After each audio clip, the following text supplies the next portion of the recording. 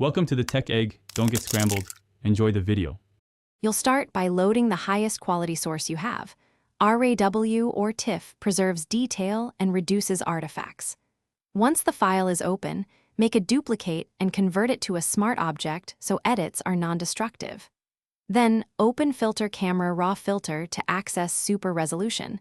This ensures you can tweak other settings later. Make sure the image is properly exposed and white balanced in Camera Raw, because super resolution magnifies both detail and noise. Next, in Camera Raw, click the image preview and choose Enhance. The dialog shows super resolution, which doubles pixels and preserves edges. You select Enhance and confirm super resolution. This creates a new DNG you can open back into Photoshop.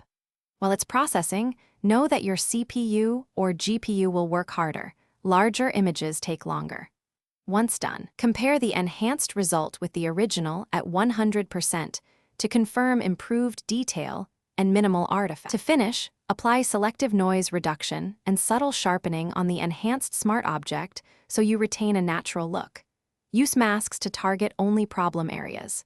If you see halos or blockiness, undo and try denoising first, or reduce the enlargement strategy to 1.5 using preserve details resampling.